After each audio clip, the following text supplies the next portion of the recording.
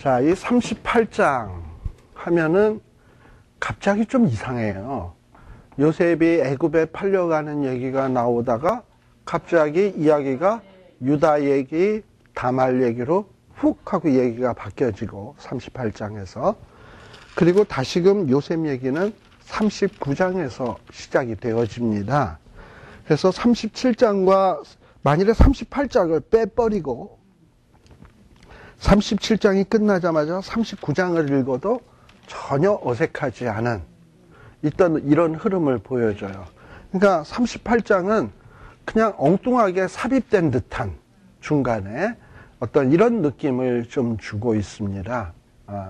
그런데 그래서 이거 38장은 이거 후대의 삽입인가? 뭐 이런 얘기를 하는 사람도 있어요. 그런데 성경은 이렇게 기록된 데는 분명히 무슨 뜻이 있는 거거든요. 이유가 있는 거거든요. 그래서 우리가 그런 이유를 좀 한번 잘 깊이 한번 생각을 해놔야 이 성경이 우리에게 전달하려고 하는 메시지의 내용이 무엇인지를 우리가 알 수가 있습니다. 자, 근데 우리 지난 시간에 이거 기억나세요?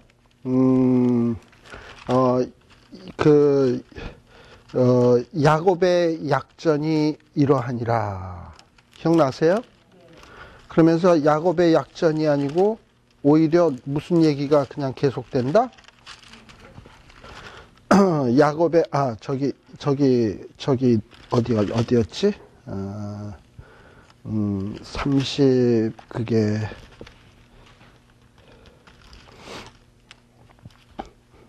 네. 거기에 보면은 37장입니까? 네. 네, 37장에 보면은 어떻게 시작하냐? 야곱의 약전이 이러하니라. 그리고 그 37장 전에는 무슨 얘기가 나오냐면 족보들이 나왔다 그랬죠? 그래서 어떤 이 족보는 앞과 뒤의 내용을 구분지어주는 이런 역할을 한다 그랬습니다. 그러니까는 요 37장 이전에 있는 요 족보 이전, 그러니까는 족보는 36장에 나오는데 그 이전에까지의 얘기는 주로 누구의 얘기였냐? 우리가 알다시피 야곱의 이야기였어요. 그리고 족보가 나오고서는 야곱의 약전이 이러하니라 라는 얘기가 나온 다음서부터는 야곱 이후 세대에 대한 얘기예요. 자, 야곱 이후 세대라고 한다면 누굽니까? 야곱의 12아들과 요셉 이런 자들의 이야기죠. 근데 이 야곱의 12아들과 요셉에 대한 이야기를 성경에서 이렇게 길게 하는 이유는 뭐냐?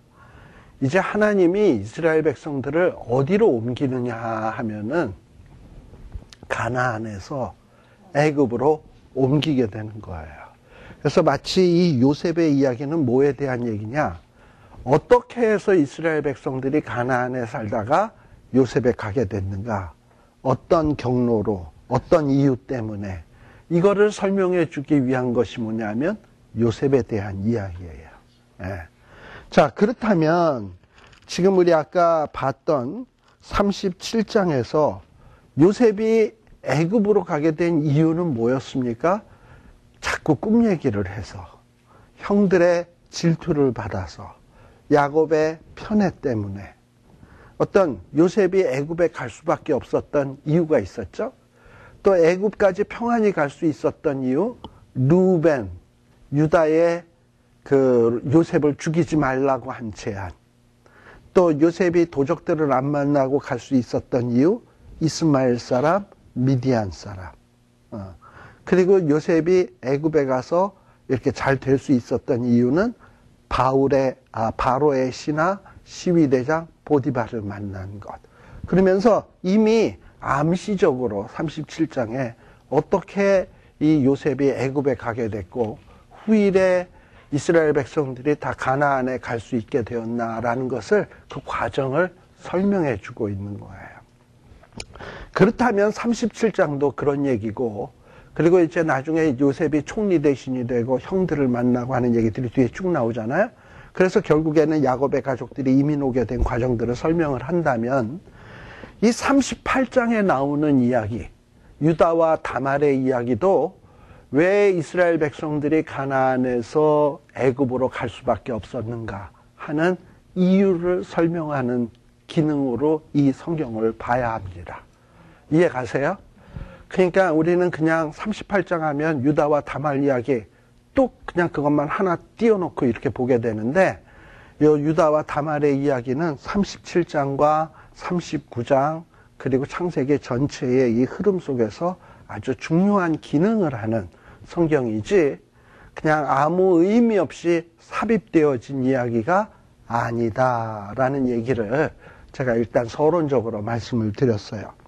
자, 그 근거가 뭐냐면 38장 1절 보세요. 그 후에, 이 얘기는 그 후에라는 얘기는 뭐야? 37장 그 후에, 37장에서 일어났던 사건 그 후에. 그러니까 37장과 38장은 연관이 있다 없다? 있다. 즉 37장에 어떤 사건이 있었냐면 요셉의 형들이 요셉을 팔아먹고, 그리고 야곱이 큰 슬픔에 젖은 이런 사건이 있었습니다. 그 후에 거예요. 자, 그 후에 이제 누가 등장을 하느냐면 유다라는 인물이 등장을 해요.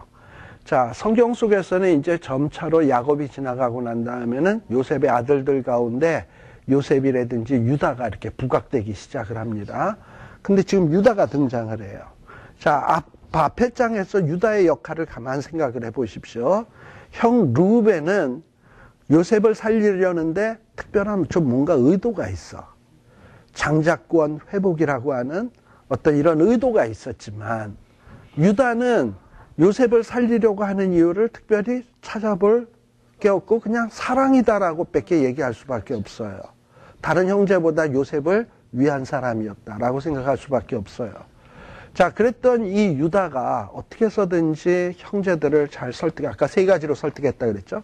설득을 해가지고 이 요셉을 팔아먹었죠. 그래서 애굽에 가게 하는 데는 성공은 했지만, 뭐 채색 옷에다 옷을 묻혀서 피를 묻혀서 아버지에게 보여주고, 아버지는 대성통곡하고 집안이 완전히 발칵 뒤집혀지고, 이런 모습을 보면서 유다의 마음이 해피했다? 불행하죠. 아버지의 모습을 봐도 안타깝고, 이렇게 동생을 팔아먹을 수밖에 없는 현실도 안타깝고, 그 집안에서 살고 싶다, 안 살고 싶다? 그리고 아버지도 별 낯이 있다, 없다? 없다. 형제들을 봐도 꼴배기 좋다, 싫다? 동생 팔아먹은 놈들, 이놈들 내가 어떻게 죽이지 말자 그랬더니 기어코 팔아먹은 놈들, 이러고서 뭐 형제들 보기도 싫고, 아버지 별 낯도 없고, 집안 분위기도 마음에 안 들고, 자, 이러면 뭐 한다? 가출이라는 거를 한다. 자, 그래서 여기 38장에 보면 그 후에 유다가 자기 형제에게서 내려갔다라는 말이 시작되죠. 제가 아까 이 야곱의 식구들이 사는 곳은 헤브론이라 그랬습니다. 헤브론은 어떤 곳이냐 하면, 여러분들이 여호수아서에 보면 갈렙이라고 하시는 분이 저 산지를 내게 주소서, 민수기에 나오는 내용이네요. 모세에게 나가서 저 산지를 내게 주소서 했던 곳이 바로 헤브론이에요. 기럇 아르바. 예, 내 나이 85세로 돼. 80이 아니고 85세. 85세 때에 이 헤브론이라는 곳을 점령을 했어요. 근데 그 헤브론 앞에 붙는 말이 뭐냐면 산지입니다. 헤브론은 높은 산 위에 꼭대기에 성이 있는 곳이에요. 근데 야곱이 거기 살고 있어서, 그러니까 고도를 볼 때도 높은 곳에 살고 있어요. 그런데 골짜기 쪽에는 누가 사냐? 야곱의 부족이 아닌 가나안 사람들이 살아. 근데 이 유다가 집안이 아버지 벨랏도 없고 집안의 분위기도 영 뒤숭숭하고 이러니까, 에휴, 내가 집에 있으면 마음이 편치 않아. 나 그냥 가출할래. 그래서 헤브론에서 자기 형제에게서 내려가서, 그럼 자기 형제를 떠난 거죠. 떠나서 내려갔으니까 이제 누구를 만난 거냐면 골짜기에 있는 가나안 사람들을 만나는 거예요. 그래서 유다와 누구와의 만남이 이루어지냐면 자기 동족이 아닌 가나안 이방인과의 만남이 이루어져요. 자, 근데 이 가나안 사람 누구를 만나느냐면 아둘람 사람, 히라라고 하는 사람을 만납니다. 아마 둘이 절친이 되는 것 같아요. 아주 절친한 친구. 히라라고 하는 사람과 절친한 친구가 돼요. 근데 이 가나안 사람은 이방 사람이니까 행실이나 이런 것들이 바르겠습니까? 그냥 개판이겠지. 그냥 이제 이런 사람하고 유다가 같이 다니면서 가나안 풍속대로 사는 거야. 그러다 보니까 2절에 보면 결국은 이 히라라고 하는 사람을 따라다니다 보니까 누굴 만났냐? 가나안 여인 수아라 하는 사람의 딸을 만났어. 아마 가나안 여인이긴 하지만 미모가 뛰어났나 보죠. 한눈에 반해가지고 동침을 했어. 그리고 결혼을 하게 된 거예요. 예. 그러니 유다는 이스라엘 사람인데 이 이스라엘 사람이 누구와 결혼했다? 가나안 여인과 결혼하게 됐다. 근데 이렇게 가나안 여인과 결혼하게 된 동기가 어디 있습니까? 자기의 복의 근원인 야곱의 집안에서 떠나서 가나안으로 내려가서, 자, 그러다 보니까 누구를 만났다? 가나안 사람을 만났다. 아까 제가 얘기했습니다만 복 있는 사람은 악인의 길을 쫓지 아니하며 죄인의 길에 서지 아니하며 오만한 자리에 앉지 아니해. 근데 지금 유다는 누구를 만난 거야? 죄인을 따라다니는 거야. 그리고 죄인의 길에 서는 거야. 그리고 죄인인 여자와 동침하고 아예 사는 거야. 그러니 이 유다에게 복이 있을 택이 있다 없다? 없죠. 그래서 이 유다의 이 행동은 우리 이전에 나왔던 그 성경의 내용들하고 한번 생각을 한번 해보셔야 돼요. 첫 번째 생각해 볼 사람은 누구냐 하면은 에서. 에서는 이방 여인들과 결혼했어요. 그래서 아버지 야곱과 이스마엘의 리브가의 큰 근심거리였습니다. 그리고 에서가 그렇게 결혼을 해가지고 리브가와 참 사이가 안 좋았어요. 그리고 난 다음에 이 야곱이 형을 속이고 아버지를 속이고 밧단 아람으로 도망가죠. 이 도망갈 때도 이삭이 도망가기 전에 마지막으로 야곱을 불러서 축복하는 장면이 나옵니다. 근데 그때 아버지가 야곱에게 뭐라고 당부하냐? 너는 이제 집을 떠나서 저 밧단 아람으로 가는데 절대 이방 여인과 결혼하지 마라. 동족 가운데서 결혼해야 된다. 라고 얘기했어요. 그리고 또 이전에 아브라함이 이삭을 결혼시키기 위해서 엘리에셀이라고 하는 사람을 밧단 아람에 파견하는 거 기억하시죠? 그때 엘리에셀이라고 하는 사람에게도 허리에다가 손을 대게 하고 환도뼈에 손을 대게 하고 너는 절대 이방 여인 가운데서 이삭의 배필을 구하지 말고 내 동족에게로 가서 동족의 딸들 가운데서 배필을 구해야 된다. 라는 얘기가 아브라함 때도 있었어요. 자, 이런 얘기들이 다 뭐냐? 아브라함은 복의 근원으로 하나님 앞에 특별히 구별된 사람이에요. 구별되었기 때문에 구별된 삶을 살아야 되고 구별된 가정을 이루어야 돼. 그래서 이방인들과 섞이면 된다 안 된다? 안 되는 거예요. 그래서 이 거룩을 보존을 해야 되기 때문에 하나님이 이방인과 결혼을 아브라함 때서부터 그렇게 좋아하질 않았어. 그래서 아브라함도 자기 아들 이삭이 이방 여인과 결혼할까 봐 굉장히 걱정을 했었고, 이삭도 자기 아들들이 이방인과 결혼할까 봐 걱정을 했는데 이미 에서 때는 이방 여인과 결혼을 한 거야. 또 이스마엘도 이방 여인과 결혼을 한 거야. 근데 이제 야곱은 다행히 리브가랑 결혼을 한 거야. 레아와 이렇게 라헬과 결혼을 한 거야. 자, 그런데 이 야곱의 아들들 가운데 르우벤은 이방 여인이 아니라 근친상간을 했죠. 그러니 이건 더 심각한 일이고, 그리고 또 이제 믿었던 아들 유다는 어떻게 했다? 집안이 뒤숭숭하니까 가출을 하더니만 이상한 가나안 친구를 나쁜 친구 사귀어서 돌아다니더니만 가나안의 이상한 여인과 결혼을 했다. 자, 그렇다면 이 상황이 무슨 상황입니까? 구별되고 성별된 복의 근원의 가정에 위기가 찾아온 거죠. 위기예요. 그리고 이 구별된 후손으로 이 너의 후손들이 복을 받게 되는데 이 후손에 이방의 피가 섞이게 되는 어떤 이방의 신앙, 이방의 풍습이 섞일 수 있는 어떤 이 위기가 찾아온 거예요. 자, 이런 위기의 모습을 지금 누가 보여주고 있냐? 유다가 보여주고 있는 거예요. 자, 그래서 이 유다가 이 가나안 여인과 결혼을 했어요. 3절에 결혼을 해서 아들을 낳았어요. 이름을 뭐라고 지었다? 엘이라고 지었고, 또 4절에 보면 또 아들을 낳고 그 이름을 오난이라고 지었어요.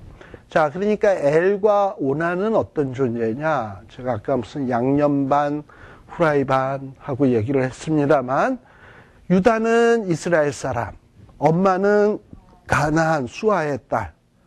그러니까 이 엄마는 이방인, 아버지는 이스라엘 사람. 그러니까 엘과 오난은 양념 반, 후라이 반이 아니고 이스라엘 반, 가나안 사람 반이 되는 거예요. 자, 근데 까마귀랑 백로가 섞이면 누가 누굴 닮는다? 까마귀가 백로를 닮는다? 보통 까마귀 노는 곳에 백로에 가지 말라 그랬지, 백로 노는 곳에 까마귀 가지 말라 안 하지 않습니까? 악과 선이 섞이면 선이 악이 되지, 악과 선이 섞이면 악이 선이 되진 않아. 대개 보면 선한 것이 나쁘게 따라가게 돼 있어요. 유다와 가나안 여인이 합쳤다. 어떻게 될까요? 가나안화 될까요? 이스라엘화 될까요? 가나안화 되게 돼 있어요. 자, 그래서 이 자식을 낳았는데, 근데 여러분들이 잘 보게 되면 이 유다의 부인 앞에는 붙는 수식어가 있어요. 뭐라고 돼 있냐? 유다가 거기서 가나안 사람 수아라 하는 자의 딸이라고 돼 있어요. 그렇죠? 예. 그래서 이 수아라고 하는 사람 앞에는 가나안 사람임을 분명히 명시하고 있고, 또 그 부친이 누구인지를 분명히 명시하고 있어요. 자, 그래서 이 수아라고 하는 여인과 결혼을 했어요. 자, 그래서 애를 낳았는데 하나는 엘이고 하나는 오나고, 또다시 애를 낳았는데 셀라입니다. 그래서 이 유다의 자식들은 전부 다 반반씩 섞이기 시작을 했어요. 자, 그런데 6절에 보게 되면 유다가 자기의 장자 엘을 위하여 아내를 취하니 그 이름은 다말이더라 라고 되어 있습니다. 웬일인지 유다가요, 자기의 장자 엘을 위해서 부인을 선택을 했어요. 근데 그 이름이 뭐다? 다말. 앞에는 그 유다의 와이프인 경우에는 가나안 사람 수아의 딸 이렇게 나오는데, 다말에는 앞에 붙는 수식어가 없죠? 그 얘기는 무슨 얘기냐면, 다말은 같은 유다 백성, 이스라엘 백성이기 때문에 붙는 칭호가 없는 거야. 예를 들면은 저 사람 일본 사람이랑 결혼했대. 근데 한국 사람이랑 결혼했는데 한국 사람이 한국 사람이랑 결혼했다라는 걸 한국 사람과 결혼했다라고 굳이 얘기해요? 안 하잖아. 그것처럼 다말과 결혼한 거에 대해서는 지극히 동족과 결혼한 자연스러운 결혼이었기 때문에 다말 앞에는 수식어가 붙을 필요가 없다. 자, 그러니 유다는 본인은 이방 여인과 결혼을 해놓고 자기의 장자는 서둘러서 동족 여인과 결혼을 시킨 이유가 어디 있겠습니까? 자기가 이방 여인과 결혼을 하고서 집안꼴 돼가는 꼴을 보니 이거 아니거든. 그러니 내 장자라도 다시금 나의 동족과 결혼을 시켜야 되겠구나 해가지고 자기의 장자 애를 마음 잡도록 하기 위해서 동족의 딸과 결혼을 시킨 거예요. 그래서 다말이라고 하는 여인을 두어서 결혼을 시킨 거야. 자, 근데 이렇게 서둘러서 결혼을 시킨 이유가 뭐냐? 7절. 유다의 장자 엘이 여호와의 목전에 뭐함으로? 악함으로. 아마도 이 엘이 어머니가 가나안 사람이잖아. 어머니의 영향을 받아서였는지 모르지만 자꾸 악한 일만 하고 행동이 삐뚤어 가는 거야. 그러니 이것이 유다의 마음에 근심이 되니까 저 자식을 어떻게 하면 바로잡을 수 있을까? 저거를 가나안 여인과 결혼시켜서는 안 되겠구나. 내가 빨리 유다의 여인과 결혼을 시켜야 되겠구나 해가지고 다말과 결혼을 시켰어요. 근데 그럼에도 불구하고 엘은 어떠하냐? 여호와 보시기에 여호와의 목전에 악한 일만 행하는 거야. 근데 이 악한 일이라는 게 뭔가 그 뒤에 나오는 구절로 이렇게 가만 볼 때 어떤 이 엘이 성적인 생활이 굉장히 문란했던 것 같아요. 이 유다의 자식들을 보면은 다 성적으로 굉장히 문란한 모습으로 나타나. 이런 걸 볼 때 부인이 있는데도 불구하고 여호와의 목전에 악하게 행동을 했다 이 말이에요. 근데 지금 여호와의 목전에 악하게 행동했다라는 말을 탁 들으면 여러분들이 뭔가가 탁 생각나야 돼. 누가 생각이 나야 되냐면 뒷장에 39장에 보면 요셉이 생각이 나야 돼. 요셉이 보디발의 아내가 눈웃음을 치면서 살살살살 꼬시면서 우리가 서로 동침하자 이럴 때 요셉이 옷을 벗어 던지면서 뭐라고 한 얘기가 있죠. 뭐라 그랬죠? 내가 어찌 여호와의 목전에서 악을 행하리요. 자, 거기 보면 여호와의 눈앞에서 하나님이 보시는데 내가 어떻게 악을 하겠냐. 요셉은 그렇게 얘기를 해요. 반면에 엘은 어떠냐? 유다의 아들. 엘은 어떠냐? 여호와의 목전에서도 간이 부어가지고 악을 행해. 누구는? 요셉은 여호와의 눈을 의식하고 악을 안 행해. 그런 면에서 이 38장과 39장에서는 은근히 유다의 집안과 요셉의 신앙을 대비시키고 있는 거예요. 대비시키면서 지금 비교를 하고 있는 거예요. 근데 아무튼 이렇게 엘이 하나님의 목전에 악해요. 즉 유다의 집안은 지금 어떻게 돼가고 있냐? 가나안화 돼가고 있는 거예요. 위기야, 위기. 그래서 하나님께서 하나님의 택한 백성, 복의 근원, 특히 유다의 집안은 뭐가 나와야 돼? 메시아가 나와야 되는 집안인데 이런 집안이 지금 가나안화 돼가고 장자라는 게 있다 보니까 하나님이 어떻게 하셨다? 7절에 보면 여호와께 목전에 악함으로 하나님이 엘을 죽이셨어요. 자, 그리고 난 다음에 이 형이 죽고 나니까 당시에 이 관습에 따라서 유다는 그 둘째인 오난을 통해서 이 다말과 동침을 해서 자녀를 낳으라고 하는 책임을 부여합니다. 우리 어떤 윤리의식으로 보면 참 이게 이해가 안 되고 망측스러운 일일지 모르겠지만 당시에는 이것이 하나의 사회 구제책이야. 왜냐하면 남편이 이렇게 죽고 여인 홀로 남잖아요. 보호받을 길이 없어. 그래서 누가 보호를 해줘야 되냐? 그 죽은 형의 동생들이 보호를 해줘야 돼. 그리고 또 이렇게 자식이 없이 죽고 나면 그 집안은 멸문지화가 되는 거잖아요. 그 형 동생들이 그 집안을 세워줘야 돼. 그래서 우리가 보기엔 망측스럽지만 형수와 동침을 해서 애를 낳게 되면 그것으로 끝내고 형수를 생활하도록 해줘야 되고 자식을 양육해 주어야 되고 자식이 다 크면 죽은 형의 이름으로 모든 유업이 이어지도록 그렇게 해야 될 책임이 있어요.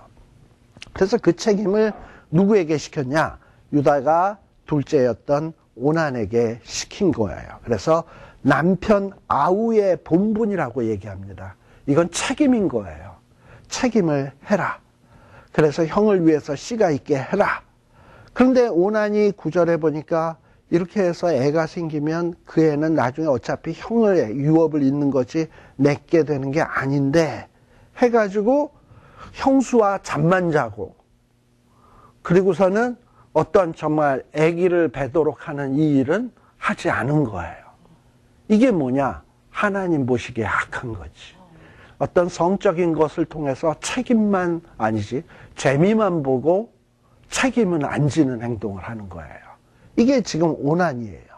자, 그래서 10절에 보면 이런 행위도 뭐라 그래요? 10절 여호와의 목전에 악함으로.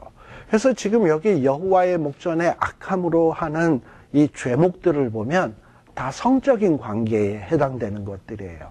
오난의 죄, 또 앞에 요셉과 보디발 사이에서 하나님 보시기에 어찌 악을 행하리요? 그것도 성적인 죄죠. 예. 그렇다면 이 엘의 죄도 뭘로 봐야 된다? 어떤 성적인 범죄로 봐야 된다라는 얘기입니다. 자, 그렇게 해서 뭔가 이 지금 오난도 죽어버렸어요. 그런데 이제 또 누가 남았냐 하면은 11절에 보면 셀라라고 하는 아들이 남았는데 이 유다 입장에서 그래서 엘이 개판이라서 뭔가 마음 잡게 하려고 다말이라고 하는 이 참한 유다의 이스라엘의 여인네와 결혼을 시켰는데 이게 뭐 잘 되기는커녕 아들내미 죽고 또 동생놈 죽고 이러다 보면 유다 입장에서 시아버지 입장에서 며느리 보는 시선이 곱다, 밉다, 불길하다. 저거는 남자 잡아먹는 여자구나. 이런 생각이 들겠죠? 그러니 이제 오난이 죽었으니 누굴 줘야 돼? 사실은 셀라를 줘야 되는데 이 셀라도 죽으면 또 셀라 하고 죽을지도 몰라. 그러니 이게 주고 싶어 안 주고 싶어? 또 그러니까 셀라가 어리다는 핑계를 둬가지고 너 좀 기다려라. 내가 때가 되면 쟤 다 크면 알아서 해줄 테니. 근데 이것은 유다가 진짜 다말을 생각해서라기보다는 다말이 불길한 거야. 지 자식들 다 잡아먹을 것 같아. 그러니 쟤는 좀 격리시켜야 되겠다. 그래서 너는 수절해라. 내가 때가 되면 다 알아서 아마 알아서 하긴 뭘 알아서 해. 그러다가 은근슬쩍 내쫓으려고 하는, 소박하려고 하는 그 의도인 거예요. 그러니 유다도 오랫동안 이 가나안 사람들과 어울려 다니다 보니까 어떤 하나님의 방식대로 일을 처리하는 게 아니라 완전히 세속적이고, 아니 세속적인 사람보다도 더 악한 방법으로 지금 일을 처리해 나가는 거예요. 그러니 유다의 집안은 어떻게 돼간다? 점점 세속화, 가나안화.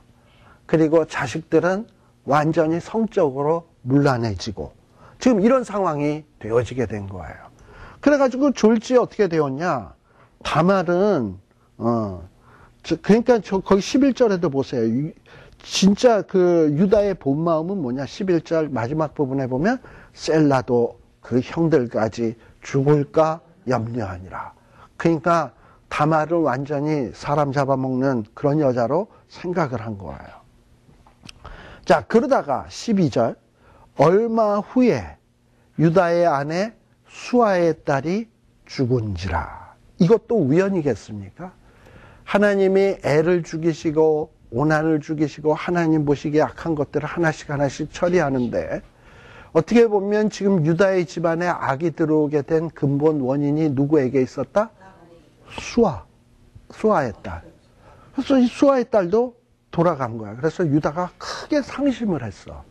그러다가 이제 어느 정도 정신을 차리게 되었는데 히 또 옛 버릇은 남 못 준다고 12절에 보니까 또 누구랑 같이 다니기 시작해? 그 친구 아둘람 사람 히라와 함께 딥나로 갔다. 딥나로 가서 거기에서 뭐에 이르렀다? 양털 깎는 자에게 이르렀다. 이 유목민들에게 있어서 양털 깎는 날은 마치 농사 짓는 사람에게 있어서 추수하는 날과 같아요. 축제의 날입니다. 그러다 보니 술도 많이 마시고 그야말로 이런 어떤 심신이 흐트러지기 쉬운 그런 시기입니다. 자, 이렇게 그동안에 격리 아닌 격리 수절하고 있는 다말은 이러다가는 자기의 가문이 끊어지게 생겼거든. 아버지가 알아서 해준다 그랬는데 알아서 해주는 것 같지가 않아. 자기를 완전히 소박을 놓으려고 하는 것 같아. 그러니 다말의 결심이 뭐냐면 내 집안은 내가 지킨다. 어떤 이제 이런 각오가 생기는 거예요. 어떻게 해서든지 내 가업을 내가 잇도록 해야 되겠다라는 각오가 생긴 거예요. 그러다가 이 다말이 무슨 소식을 들었냐? 자기의 시아버지가 딥나로 왔다라는 얘기를 듣게 되죠. 요때 이런 걸 보면 다말이 유다의 집에서 함께 산 것 같지도 않아. 멀리 떼버려서 이렇게 떨어져 살았던 것 같아. 근데 시아버지가 온다라는 얘기를 딱 들은 거지. 그러니까 요때를 이용해서 뭔가 이 거사를 도모해야 되겠다. 이 다말이 생각을 하고서는 14절 과부의 의복을 벗고 당시에 이렇게 아까 누가 형이 죽으면 그 형수를 동생들이 책임지게 돼 있다 그랬잖아요. 이 고아나 과부 이런 것들이 상당한 심각한 사회 문제였던 것 같아요. 그러다 보니까는 특히 왜냐하면 이 시대에는 전쟁 같은 것도 많고 그러잖아요. 그러니까 남자들이 죽고 나면 여자들이 홀로 과부되는 경우들 많이 있잖아요. 그럴 때 이런 여자들이 힘이 약하고 이러다 보니까 완전히 남자들의 먹잇감이 되든지 여자들의 인권이 무시된다든지 뭐 이럴 수 있잖아.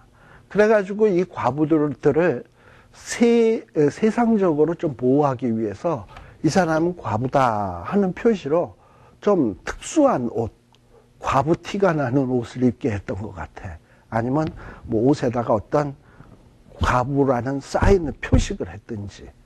근데 그런 옷을 다말이 그동안에 조신하게 입고 있다가 이러다가는 안 되겠다. 그래서 과부의 의복을 벗어버리고 어떻게 했냐? 면박으로 얼굴을 가리고, 여기서 면박으로 얼굴을 가리고 몸을 휘감고 나간 것은 일종의 창녀의 복장이에요. 또 과부의 복장이 있다면 창녀, 남을 유혹하는 여자의 그 복장이 있었던 것 같아. 자, 그러고 나간 거예요. 근데 이렇게 이 다말이 창녀로서 이렇게 자기를 가장하고 하는 이유가 어디 있냐? 14절 중간에 보면 유다가 셀라가 다 장성을 했으면 셀라를 통해서 뭔가 일을 해주겠다고 분명히 약속을 했는데도 할 의사가 없거든. 그러니까 내 가문은 내가 지킨다라는 생각을 하게 돼. 그래서 창녀로 나선 거예요. 근데 이렇게 창녀로 나선 이유는 하필 왜 양털 깎는 때인가? 양털 깎을 때 술 먹고 정신이 해롱해롱할 때 창녀 복장으로 가서 유혹을 하면 유다가 딱 넘어올 것 같거든. 지금 그걸 이용을 하는 거예요. 자, 그래서 이 유다가 자기의 그 가난한 친구와 함께 그냥 곤드레만드레가 돼서 막 길거리를 방황하고 다닐 때 다말이 아주 요염한 복장으로 그 유다 앞에 서서 있으니까 유다는 이게 며느리인지도 알지도 못하고 야, 너 나랑 같이 이러자 이러고서는 유다와 다말이 동침을 하게 되는 거예요. 참 어떻게 보면 이야기가 얼마나 지저분한 얘기입니까? 시아버지와 며느리. 뭔가 이 분위기 전체의 이야기가 어떤 거룩해야 될 집안의 이야기 같지가 않아. 메시아가 나올 집안의 이야기가 아닌 것 같아. 뭔가. 그러니까는 지금 이 유다의 이 이야기는 뭔가 복의 근원으로서 택함받은 가정에 가나안화돼가는 어떤 위기의 상황을 보여주고 있는 거예요. 자, 이렇게 가나안이 도덕적으로 문란한 동네인데 그 문란했던 그 도덕적인 분위기가 지금 복의 근원인 이스라엘 사람의 집안에도 침투돼 들어오기 시작을 했어. 그러면 하나님이 해야 될 일은 뭘까요? 복의 근원으로서 택한 이스라엘 백성을 보호하기 위해서 해야 될 일이 뭘까요? 뭔가 가나안 사람과 격리시켜야 되는 거 아니겠어요? 에? 격리시켜야 되지. 자, 격리시키기 위해서는 가나안과 뚝 떨어진 곳으로 보내야 되지. 어디를 보내야 돼? 애굽으로 보내야 돼. 가나안과 뚝 떨어진데 애굽으로 보내야 돼. 자, 애굽으로 보내기 위해서 지금 하나님은 무슨 일을 하고 계신다? 요셉에게 꿈을 주시고 형들에게 질투받게 하시고 세겜송에서 어떤 사람 만나게 하시고 또 그리고 이스마엘을 통해서 요셉을 미리 애굽으로 파송을 하고 지금 하나님은 작업을 하고 있는 거예요. 이게 다 뭐냐면 하나님이 이스라엘 백성들을 거룩하게 보존하기 위한 하나의 배려입니다. 자, 그러면 여러분들이 무슨 생각이 들어요? 아니, 뭐, 가나안만 타락했나? 애굽은 더 타락했을 텐데. 근데 왜 하필, 애굽? 이런 생각이 들잖아요. 왜냐하면은 이전에 보면, 아브라함이나 이삭이, 그 흉년으로 인해서 애굽으로 자꾸 가려고 그랬을 때 항상 사고가 터졌어요. 부인 뺏길 뻔한 사건이 있었어요. 그래서 뭔가 하나님은 애굽에 가는 것을 그렇게 원치 않으셨어. 그런데 지금은 하나님이 의도적으로 이스라엘 백성들을 애굽에 보낼 준비를 하고 있거든요. 근데 애굽에 가는 것이 왜 격리냐? 여러분들 그 창세기 나중에 저 뒷부분에 보게 되면 창세기 한 48장인가 한번 가보세요.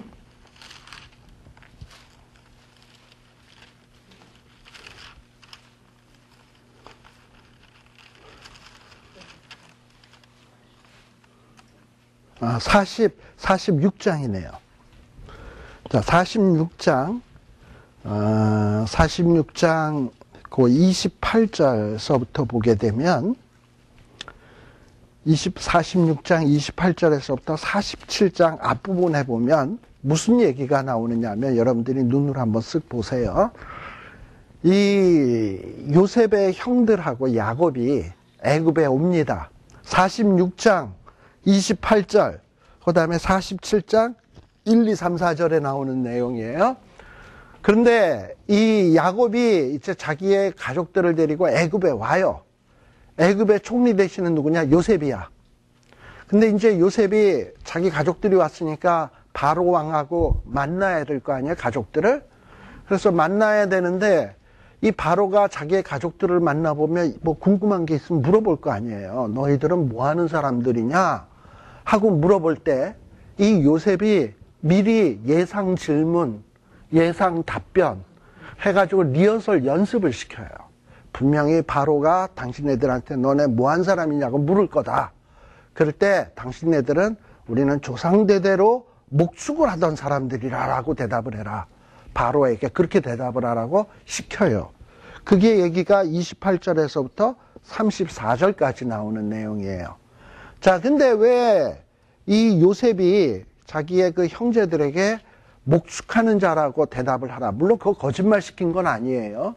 목축하는 자들이니까 목축하는 자라고 그렇게 대답을 하라고 왜 이렇게 신신당부했냐 하면 34절, 46장 34절, 당신들은 고하기를 주의 종들은 어렸을 때서부터 지금까지 목축하는 자유인데 우리와 우리 선조가 다 그러하다. 그러니까 우리는 벌써 조상 때서부터 목축하는 자다라고 대답하라는 거지. 근데 애굽 사람들은 누굴 제일 싫어하냐? 목축하는 사람 싫어해. 그래서 목축하는 자들하고는 안 살라 그래. 우리 한국에 사람 싫어하는 사람들 있잖아. 백정. 그래서 백정들은 어디 살아? 백정마을. 이렇게 살잖아. 그러니까 이 애굽 사람들은 목축하는 사람을 굉장히 불경한 사람들로 봤어요. 왜냐? 이 애굽의 신은 여러분들 그 송아지. 이게 애굽의 신이거든. 아피스라 그래가지고. 그런데 이 목축하는 사람들은 소나 송아지를 막 잡잖아. 그리고 그 고기도 막 먹잖아. 그러니까 자기네들이 신성시하는 것을 막 잡아 죽이고 먹고 처먹고 막 이런 걸 보면 인간 같아 보이겠어? 근데 지금 바로가 볼 때 요셉이 워낙에 요셉의 덕택으로 애굽 땅이 망할 뻔하다가 살아났으니까 차마 불경하다. 이 진짜 부정한 것들 차마 얘기를 못할 뿐이지 사실 요셉의 식구들, 야곱의 식구들과 함께하고 싶질 않아. 지금 요셉의 얼굴을 봐서 잠시 한번 만나서 인사한 거지. 그리고서는 이 바로는 어떻게 하고 싶으냐? 이스라엘 백성들을 별도 격리시키고 싶어 해. 그게 뭐냐 하면 고센이라고 하는 땅을 선택을 해가지고 너네들 거기 살아라. 근데 그거를 누구도 원하는 거냐? 요셉도 원하는 거야. 왜 요셉도 그걸 원하느냐 하면 요셉은요. 자기가 왜 그렇게 고생을 해서 애굽에 팔려와서 총리 대신이 되었나 하는 이유를 아는 사람이에요. 그 이유가 뭐냐? 이스라엘 백성들이 가나안 땅에서 점차로 가나안화 돼가고 있거든. 그러니까 이래서는 안 되거든. 격리시켜야 되거든. 그래서 격리시키기 위해서는 뭔가 애굽에 실력 있는 사람이 있어야 되거든요. 그래서 자기를 미리 보내서 총리를 만들고 그렇게 해서 이스라엘 백성들을 초청을 해서 가나안화 되지 않도록 해서 애굽의 특별구역 고센이라고 하는 지역을 구별해가지고 거기다 이스라엘 백성들을 심어놓고 때가 되면 거기서 후손이 번창되면 다시금 가나안으로 들어가는데 그때는 적은 무리가 아니라 엄청난 무리가 돼서 가나안을 쫓아낼 수 있는 세력의 무리로 키워서 그때까지 필요하려면 시간이 필요하거든. 우리가 보통 이삭을 씨를 심으면 말이죠. 이게 자라는데 이삭은 특별히 그 새싹 때 병충해에 약해요. 그래서 그냥 막바로 논에다 못 뿌려. 그래서 이삭을 어디다 심습니까? 모판. 그래서 모판에다 해서 새싹을 틔우고 어느 정도 자랄 때까지 모판에서 키워. 강해질 때까지. 그래서 어느 정도 컸다 그러면은 그때 어떻게 나가서 합니까? 모내기라는 걸 하잖아. 그것처럼 지금 이스라엘은 가나안과 대적하기에는 너무 취약해. 수적으로도 취약하고. 그리고 야곱의 집안에서 유다라고 하는 가장 믿을 만한 자식도 가나안 여인과 결혼을 하고 그 자식들도 교육을 못 시키고 있고 지금 엉망진창이 되고 있는 거예요. 그러니 하나님 보시기에는 어떻게 해야 된다? 이스라엘 백성들을 속히 가나안으로 가나안에서 애굽으로 옮겨야 돼. 그러기 위해서는 애굽에 옮기려면 밑도 절도 없이 애굽에 옮기나 미리 먼저 보내서 길을 예비하는 자가 있어야 될 거 아니에요. 그 일을 누가 담당한다? 요셉이. 아시겠죠? 그래서 이 유다의 얘기가 나오는 것은 갑작스럽게 뚱딴지같이 턱 나오는 게 아니라 어떤 전체적인 요셉이 이스라엘 백성들을 가나안에서 애굽으로 인도하는 방편으로 사용되는 인물이라면, 준비하는 인물이라면 지금 이 유다의 이야기도 왜 이스라엘 백성이 가나안에서 애굽으로 갈 수밖에 없는가 하는 하나의 이유를 설명해 주는 내용이다라는 거 이해 가세요? 네. 자, 그러니 요 39장에 나오는 내용은 요 38장에 나오는 요 유다와 다말의 이야기는 참 어떻게 보면 비도덕적이고 그야말로 참 읽기 껄끄러운 이야기인데 이렇게 세세하게 성경 속에 이렇게 언급해 놓고 있는 이유는 이게 아무런 뜻 없이 기록해 놓는 게 아닌 거라고요. 이유가 있는 거라고요. 근데 그동안에 대개들 어떤 식으로 요 구절들을 해석을 하냐 하면 이런 거예요. 자, 뭔가 유다와 요셉을 비교하기 위해서다. 지금 요셉 이야기 속에서 유다의 이야기가 나온 거잖아. 요셉은 지금 어떤 인물로 묘사됩니까? 죄 없고 억울하게 팔려가고 그럼에도 불구하고 믿음 지키고 이런 인물이잖아. 근데 이런 인물을 더욱더 빛나게 하기 위해서 요셉의 형제들 가운데 잘난 유다도 요것밖에 안 되는데 요셉은 이러했다 라는 얘기를 하고 싶은. 보세요. 유다는 어떻습니까? 어떻게 보면 가나안 여인과 결혼을 했고 또 나중에는 며느리와 또 이렇게 또 민망한 일을 행했고, 반면에 요셉은 어떻습니까? 39장에 보게 되면 보디발의 여인이 살살살살 꼬시잖아. 보디발은 뭐 일하는 사람이니 맨날 밖에 나가 있을 거 아닙니까? 그냥 안주인은 누구야? 보디발의 아내지. 이미 보디발에게는 인정받은 거고 안주인에게까지 사랑받으면 금상첨화 아닙니까? 그쵸? 그런데 그럴 수 있는 기회가 왔음에도 불구하고 요셉은 어떠합니까? 내가 어찌 여호와의 목전에서 악을 행하리요? 옷을 벗어던지고 도망가잖아. 반면에 유다의 아들들은 어때? 여호와의 목전에서 악을 행함으로 죽임당하잖아. 그래서 뭔가 유다의 자식들, 뭔가 요셉 은근히 비교가 된다 이 말이죠. 오히려 요셉이 더 돋보이는 효과를 갖고 온단 말이에요. 히브리 사람들의 그 문학적인 수사법 가운데는 이렇게 서로 대비시키는, 그래가지고 뭐 악인과 선한 사람, 의로운 자, 또는 지혜로운 자와 미련한 자. 그럼 강조점이 어디에 있느냐? 긍정적인 데 있어. 지혜로운 자에 있고 선한 데 있지 악과 미련함에 있는 게 아니에요. 자, 그렇다면 여기서도 강조점이 뭐냐? 요셉을 돋보이게 하기 위해서 유다를 배경으로 사용한다는 거지. 그래서 우리가 전에도 제가 말씀드렸습니다만 좀 자기가 이쁘게 보이려면 사진 찍을 때 누구 옆에 서라? 그 자리에서 가장 못생긴 사람 옆에 있으면 조금 이쁘게 보인다. 그래서 이 밉게 생긴 사람 옆에 가니까 밉게 생긴 사람이 너무 좋아하는 거야. 내가 옆에 오니까. 왜냐하면 내가 제일 밉다고 생각을 했거든. 그 사람은 또 자기가 이쁘게 나올 거라고 생각을 하는 거거든. 자, 뭐 그런 거 있잖아요. 그렇게 뭔가 이것을 유다와 요셉을 비교하기 위함 아닐까. 물론 그런 뜻도 있어요.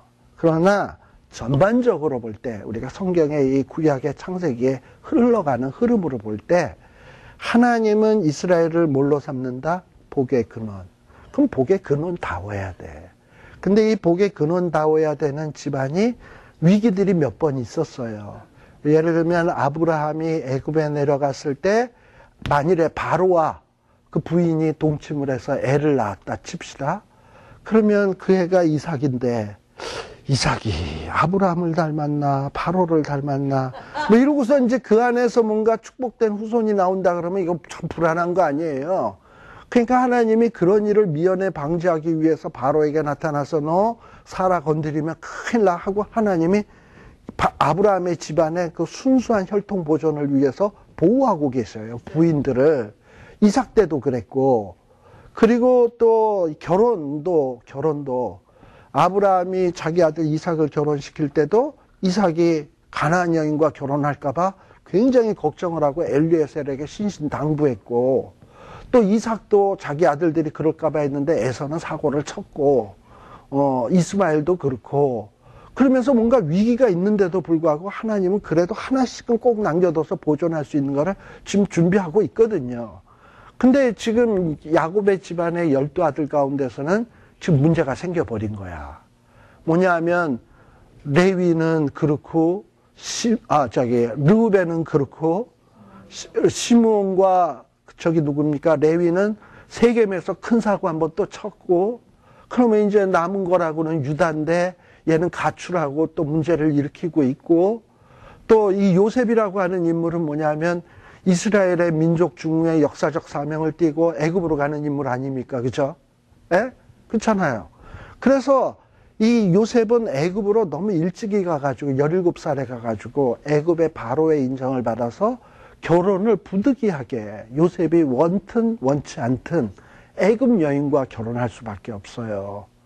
예. 요셉은 그걸 거부할 수가 없는 상황이야. 그러면 바로와 관계를 끊어야 돼. 바로와 관계가 끝나면 이스라엘 백성들이 애굽에 와서 격리돼서 살 수 있는 생활도 할 수가 없어. 그런 면에서 요셉은 부득이하게 이방과 섞일 수밖에 없어요.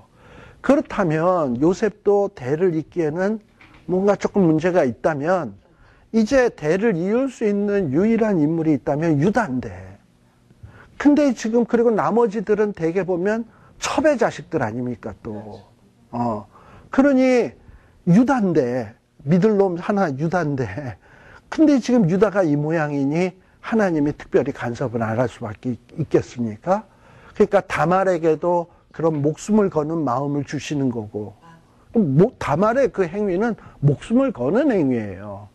그래서 그럼에도 불구하고 그 일을 행한 데는 뭐냐면 하나님 주신 마음이라고 봐야 돼. 왜냐? 거룩한 복의 근원의 후손의 집안을 지키기 위한 어떤 다말의 사명 감당이라고 보는 거예요. 반면에 그거에 반해서 유다는 세속화돼가는 인물인 거지. 그래서 이 38장이라고 하는 이 내용은, 창세기 38장은 어떻게 보면 창세기 전체의 이 그림 속에서 굉장히 중요한 역할을 하는 거예요. 그런데 많은 사람들이 그동안에 성경을 이렇게 보시다 보면 왜 요셉 얘기 나오다가 갑자기 유다랑 다말이고 또 유다와 다말 이런 흉측하고 민망한 얘기가 무슨 성경에 있나. 애굽 망측해라. 며느리와 시아버지. 그게 이러고 넘어갔잖아. 그렇지만 이 안에는 어떤 깊은 이러한 의미들이 있다라는 것을 놓쳐서는 안 된다라는 얘기예요. 자, 그래서 아무튼 38장의 이제 나머지 부분을 한번 봅시다. 자, 그렇게 해가지고 이 시아버지를 유혹을 하죠. 유혹을 해가지고 동침을 합니다. 자, 동침을 하는데 동침을 하기 전에 이제 어떤 일이 있냐 하면은 이제 딜하는 장면이 나와. 16절, 17절. 이 다말은 자기가 창녀로 가장하고 유다를 유혹합니다. 근데 이제 이 유다가 너 나랑 같이 자자 뭐 이러고 얘기를 하니까 그 16절에 보면 당신이 뭘 줄 건데요? 얘기를 한 거예요. 유다에게. 이건 의도적인 거예요. 원래 당시에 이 창녀랑 한번 자는 데 있어서 몸값이 염소 한 마리래. 염소 한 마리가 몸값인 거예요. 그래서 유다가 뭐라 그러냐면 너 창녀니까 내가 너한테 염소 한 마리 주겠다. 이러고 얘기를 한 거야. 근데 다말은 뭐냐? 그러면 당신 지금 염소 있어? 근데 뭐 다말이 염소 있나? 그거 내가 나중에 줄게. 내가 떼먹지 않아, 나. 줄 테니까 걱정 말고 그냥 자자, 오늘. 뭐 이렇게 됐겠죠? 그랬더니 나중에 준다라는 약조물을 줘야 될 거 아니냐? 꽁밥 먹으려면, 나중에 돈 나중에 갖겠다 하면 시계라도 맡겨놔야 될 거 아니냐? 뭐 이런 식이 된 거예요. 그래가지고 약조물을 받아놓는 거예요. 근데 그 약조물이 뭐냐면 18절에 보면 당신의 도장, 그 다음에 도장끈, 그 다음에 손에 있는 지팡이. 이게 뭐냐면 도장은 자기네들의 자기 이름이 새겨져 있는 게 도장 아니야. 그리고 이 도장은 소중하다 보니까 이 사람들이 이렇게 목에다 목걸이로 해가지고 도장을 이렇게 해서 목걸이처럼 달고 다녔어요. 그러니까 일종의 신분증이야. 또 지팡이는 뭐냐 하면 지팡이 이렇게 들고 다닐 때 목자들에게 있어서 지팡이는 참 소중하거든. 그래가지고 지팡이에 보면 자기네 그 고유 부족을 암시하는 엠블렘, 그러니까 상징 있잖아요. 그런 것들이 새겨져 있어. 예를 들면 다저스 하면은 LA 이렇게 써 있고 파란색 이렇게 돼 있잖아요. 그런 식으로 어떤 그 부족의 특이한 사인이 있단 말이지. 그러니 그 지팡이만 누가 보면 이거 유다 거네. 누구든지 알 수 있어. 그러니까 지금 다말이 요구한 것은 그 지팡이와 그 도장을 달라는 거야. 그러니까 당신의 신분을 확신히 드러낼 수 있는 것을 요구하는 거예요. 그래서 그것을 딱 받았어. 그리고서는 이제 같이 잤어. 그리고 18절에 보면 다말이 잉태를 했어요. 그러고서는 그 다말이 소기의 목적을 이루었기 때문에 싹 사라져 버렸어. 일어나 떠나가서 면박을 벗고 과부의 의복을 도로 입어버렸어. 제 창녀의 신분을 딱 이렇게 없앤 거예요. 자, 그리고 난 다음에 이 유다가 자기가 염소 새끼 준다고 약속했잖아. 그래서 이제 염소를 돌려보내서 이 다말이라는 창녀가 있나 찾아보는데 있어야 말이지. 없는 거야. 여인을 찾지 못한 거야. 그랬더니 이 동네 창녀가 어디냐 그랬더니 이 동네 원래 창녀 없었대. 이게 무슨 신나라 까먹는 얘기예요. 근데 이 유다의 모습을 보면 말이죠. 이렇게 염소 새끼를 보낼 때도 얼마나 비열하냐 하면 20절에 보면 자기가 염소 새끼를 갖고 가지 않고 친구 아둘람 사람의 손에 염소 새끼에서 야 내가 그 집에서 자꾸 이거 안 주고 왔는데 주고 지팡이랑 도장 찾아와라 친구 시키고 있어. 자기도 창녀 집에 들락날락 거리는 게 창피하고 뭐한 일인 줄은 알긴 하나 보지. 그러니까 또 친구 시켜서 이렇게 지금 하고 있는 거야. 그래가지고 갖다 주고 갔다 오라 그랬어요. 근데 없대는 거야. 그러다 보니까 에이 무슨 재수 없이 똥 밟았네 이런 식으로 그까짓 거 도장 없다고 쳐. 지팡이 없는 셈 쳐. 하고서 이제 유다는 포개리 태버리는 거예요. 근데 이제 무슨 일이 생겼냐, 24절. 세월이 흘러 석 달 후. 또 드라마 같은 데 보면 이제 자막으로 석 달 후 이렇게 나오잖아. 그러더니 다말이 탁 나오는데, 왜 이러고 나오고 배가 이렇게 어느 정도 나오고 이런 장면으로 나오는 거지. 그러니까 이제 주변에 있는 사람들이 수근수근 그러다가 유다가 뿔따구가 나는 장면이 나오는 게 이 장면이에요. 예. 자, 그러면서 이 유다가 보니까 이게 수절하라고 한 여자가 남편 죽은 여자가 어떻게 웩웩하고 배가 불러올 수 있나? 이거 무슨 문제가 심각하구나. 죽여야 되겠다. 해가지고 지금 어느 정도로 화가 났냐 하면 24절에 보면 유다가 가로되 다말을 끌어내어 뭐하라? 불사르라. 화형이에요. 이거는 아주 극악한 죄를 지은 사람에게 행할 수 있는 벌이에요. 그러니까 다말에 대해서 굉장히 화가 나서 불살라 죽여버리라 그랬어. 칼로 목을 치는 것도 아니고 불살라 죽여버리래. 자, 그때에 딱 내놓는 게 뭐냐 하면 도장, 지팡이 딱 내는데 이게 왜 여기 있지? 유다도 놀랄 거 아니에요. 아시겠어요? 네. 그러고서는 그 일로 인해서 유다는 깜짝 놀라는 거죠.